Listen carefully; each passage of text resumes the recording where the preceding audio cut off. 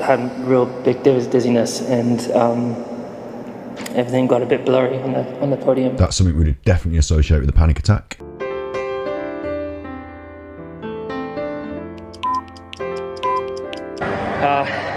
And it's great to see Aston Martin up there, the best results so far, and I know there's more to come. And otherwise, just generally had an amazing crowd this weekend, so thank you for all being here. And there's this backdrop of the race behind him, the actual footage from the race, and in this race there were wheel-to-wheel touches. He had to fight through a long pack of cars, lots of battling, high speed, crashes again. It was one of those high-intensity races, and against the backdrop of his, in my opinion, anxiety, and we'll look at the long COVID and the anxiety and the difference and what's going on. It kind of sets the scene of his anxiety, all this going on behind him, this fast movement. But we'll look now in the second half of this part of the interview, there's a lot of breathing, catching the breath. If you are fatigued, I understand that you feel out of breath, oxygen depleted.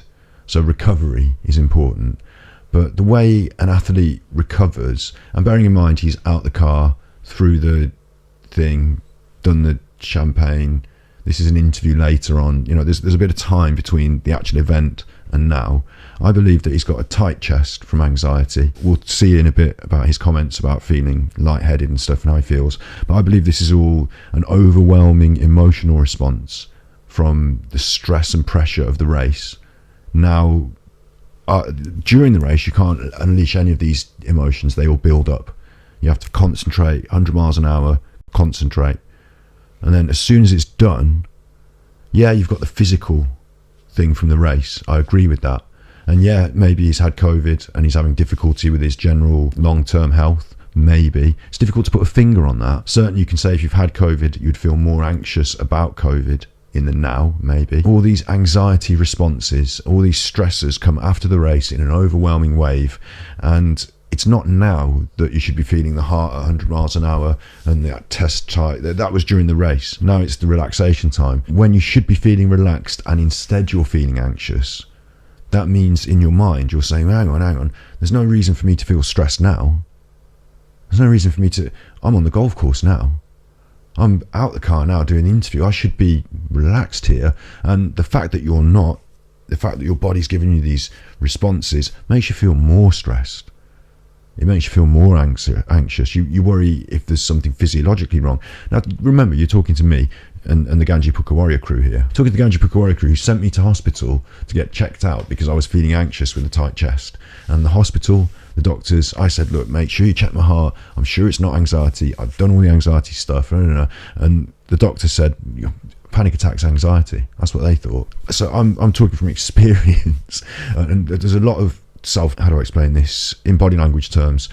Self-confidence, self-touching, like rubbing of the head, touching of the face, touching of yourself, making yourself feel like it's a subconscious way of making yourself feel better in a very primal way. And there's a lot of trying to catch the breath, and feeling out of breath, feeling lightheaded going on here. Today was definitely tough. It's definitely we always make it difficult for ourselves. And crazy to think we're the only ones on the grid at the start, but these things happen and we learn from them. I gave it everything and I have nothing left at the end. So. Sure. Tell us about, not the initial start, because you probably didn't see very much going on, but the second start after the red flag where you were the only man to actually take that start. What went wrong there? I mean, I was telling the team how the track was through the lap, but they said the rain was coming when we got in the car, so I thought they had other information, and I saw everyone diving in. I'll just take that back and do that again, because that is classic. Give me a mental break as well as a physical. Big deep breath there. Compose yourself. Pull yourself back into the moment. Being in the moment, head to head in the sport, doing the thing, you're concentrating, and a little mental break, looking over there, tapping your gloves, doing your thing on your shoe. Different sports people in different ways have different things they do, little routines, a little bounce of the ball. In boxing, it could be bouncing back on your heels a bit, You know, physically taking a step away from the. Subconsciously, it can be as small as a glance away, away from the thing, to give yourself a mental break. Little mental breaks, and he takes a big one here. Lewis does. He takes a big one. Anyways. Yeah, but you've taken the championship lead. You've got to be happy with that. And there again, he steps away from the microphone here. He listens to the question. It's not a confrontational question, but here this is the point. I see this, you know, I've felt these things. So I might be wrong. It might be long COVID here. It could be long COVID that makes you want to step away from the interview all of a sudden. Like literally step away from that mic. I believe this was a rising panic. He did the to try and control himself. He listened to the question, and while he was listening to the question, instead of listening to the question, his mind started to run away with him, and the panic rose for a second, and he wanted to step away and say, hey, hang on, something's happening. I'm feeling... And just as he does it, he pulls himself back in. The panic attack, this is building and rising, the panic attack. Lead, you've got to be happy with that. Yeah, I mean, we came in this weekend, definitely didn't know how it was going to go, and considering the circumstances today. Back into what I've been taught to do and know how to do, because I've been taught to do it, and I've done a lot of interviews smiling and talking to camera. He puts that feeling down, but at first it's a swallow, a dry mouth. These are anxiety signs, stress. Definitely didn't know how it was going to go, and considering the circumstances today, I'll take it. Right, Lewis, well done. This is a little bit from a post-race presser. We're going to do it. Feeling? I'm feeling better.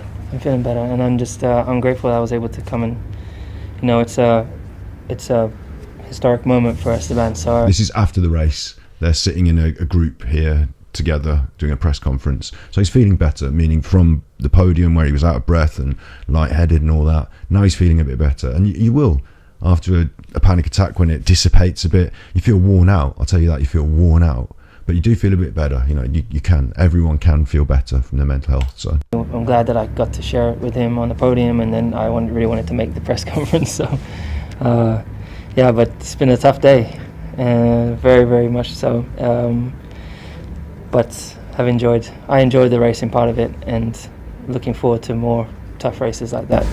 He does seem a bit more worn out now, doesn't he? Have you felt like this before after a Grand Prix? After the last one, but only because I went crazy running around with the crowd. He went out and ran with the crowd, the flag, and then came back and was having these anxiety, tight chest, thought he was having a heart attack on the podium. Have you felt like this after a Grand Prix before? Only after last week. So this is a new phenomenon for Lewis. Fair enough. Anxiety, pressure, it builds.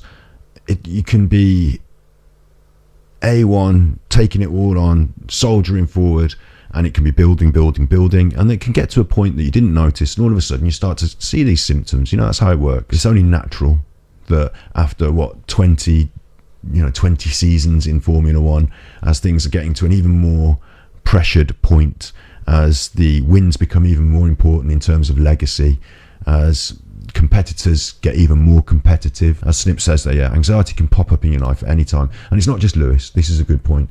This is an analogy for all of us. Lewis is racing cars, but we're all doing things that are incredibly important. I'm not going to say that struggling to pay your bills isn't anywhere near as important as Lewis racing his car. I think we're all going through stresses in life. I think we're all doing that. So yeah, let's listen to more of Lewis. Quite some race.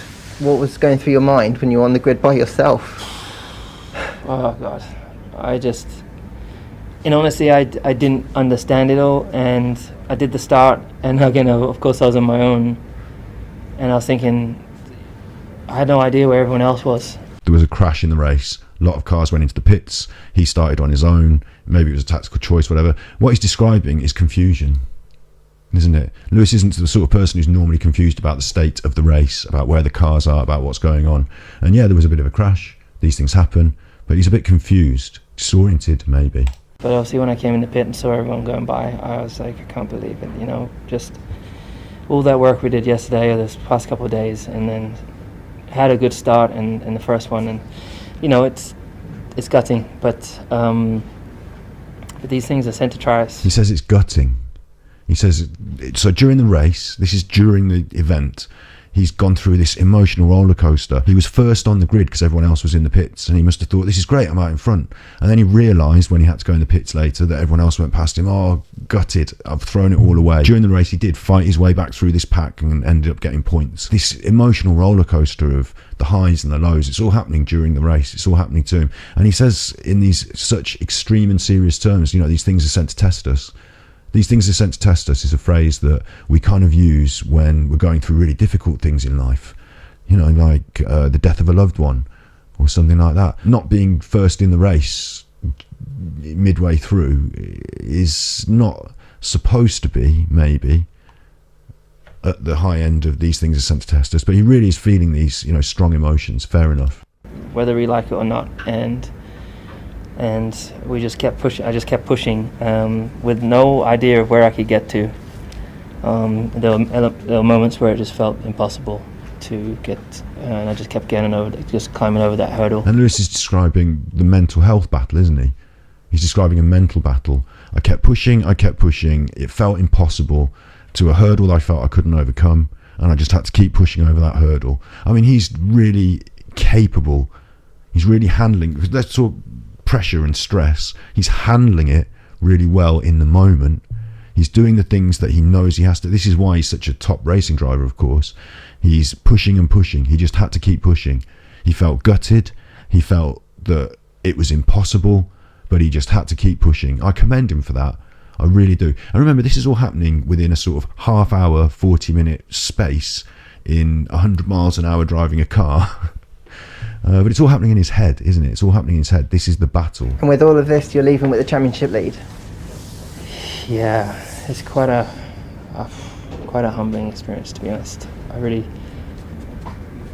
were a long way behind at one stage, and it's crazy to think we're now ahead. So that just for anyone out there, I think it just shows that you should just never ever give up. Just keep pushing, you know, because you never know what's up ahead. And who would have thought these races we've had and the performance we've had the last two races will be this close. Long way to go, and no doubt it's going to be very, very tough next 10 or 13 races, whatever it is, or 12 races. 11, I think, yeah. Is it? 11, 12, yeah. 11? I think this is race 11. 12. Is it? Got it. Okay, damn it. I'm marking all the numbers wrong in my book. Good positive attitude. Keep pushing, keep working through it. Even though they were behind, they're going to push forward, and now they're ahead. Great. But he didn't know which race it was. Like, he got the number. He said, I'm marking the numbers wrong in my book, and he thought it was race 11. It's race. That is uncharacteristic of Lewis. And it's characteristic of someone who is spinning plates, dealing with stress, dealing with things, making a little mental, I thought this was that, I made a mistake, little crack in the art. It's not huge, I get it.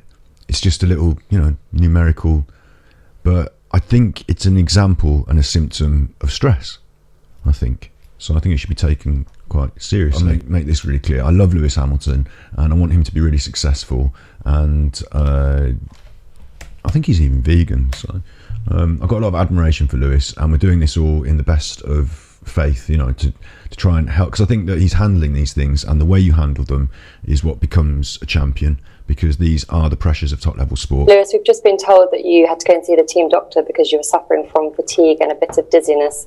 And firstly, are you okay? And secondly, what do you think caused that? Thank you.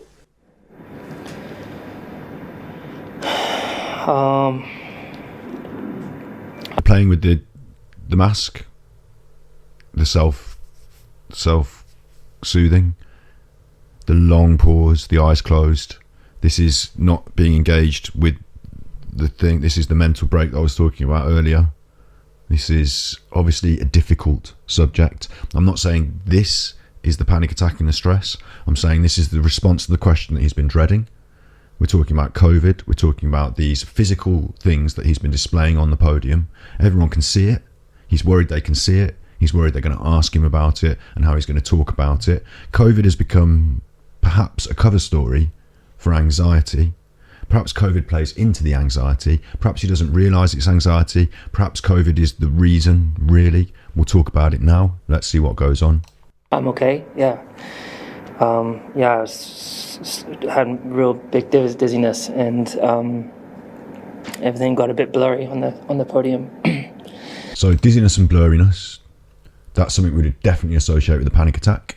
If you're feeling dizzy, this is great actually, because we did panic attacks in a different episode. Check it out on Mental Health Monday. We're talking about, the symptoms of panic, aren't we? We're talking about panic attacks in real life. He felt dizzy, blurry, pure, classic panic attack symptoms. The other side of that, COVID. He's saying about long COVID, we're assuming therefore a lack of absorption of oxygen in the lungs in some way, potentially a lack of oxygen in the system, lightheadedness and dizziness. Potentially that. He had COVID a while ago. He's done several races since, and it's only in the last 2 that these panic and anxiety symptoms seem to have been bubbling out. So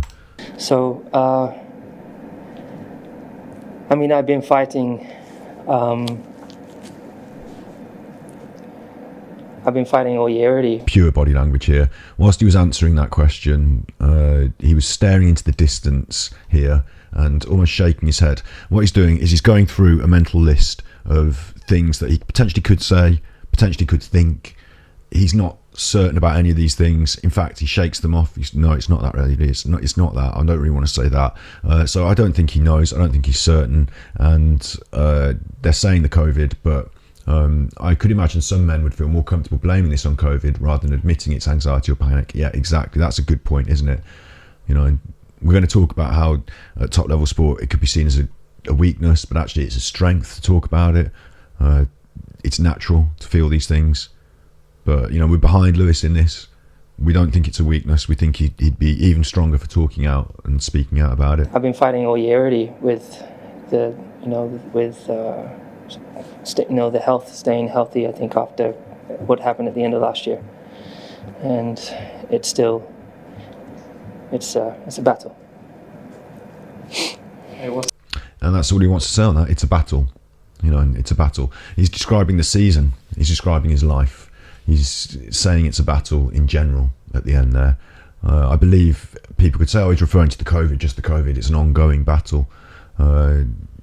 Yes, fitness, stress, exhaustion.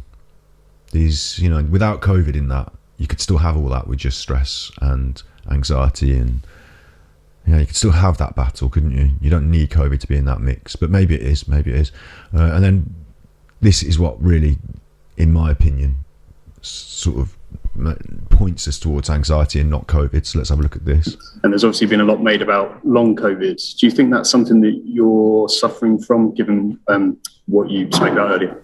So he's directly asked him, you talked about COVID earlier, are you suffering from long COVID? I haven't spoken to... Shrug my shoulders, shake my head, meaning I don't think so. In fact, should we do less than big face here? Should we go to web browser so you can see him a bit bigger? I haven't spoken to... Shakes his head. He doesn't know. He doesn't think so, is the signal he's doing there. The shrug of the shoulders is a sort of acknowledgement that he has no answers. It's also known as the believe me, part of the believe me look. So it might be part of this masking what he really thinks. Believe me, I don't know. Did you park that car there? Whose car's that? I don't know. If it was long COVID, then isn't he just going to confidently sort of respond to this by saying absolutely yes? So let's carry on and listen to Lewis Hamilton. I haven't spoken to anyone particularly about it, but I think it is lingering. I remember the effects of when I had it, and training's been different since then. He hasn't spoken to anyone specifically about it. That's important. So we're to assume he's not spoken to anyone about the mental health aspects or the potential of a panic attack. So he can't say for sure. He knows how it felt after he had it and that training was difficult. I get that. After you've had COVID, maybe you're more anxious in general. Maybe you're worried about your health and your physical response to it. Maybe the anxiety started there and started building there.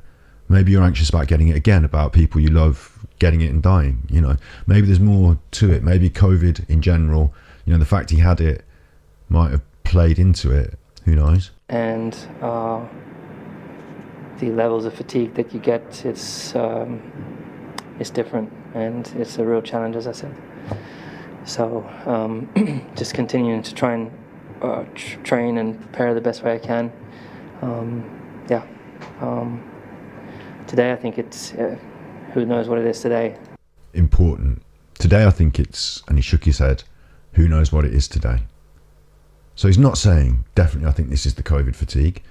In fact, he's saying he doesn't think it's the COVID fatigue. Maybe it's hydration, I don't know, but I've definitely not had that experience. Maybe it's hydration, I don't know, but I've definitely not had that experience. I had something similar like in Silverstone, but this is way worse. I had something similar in Silverstone, but this is way worse.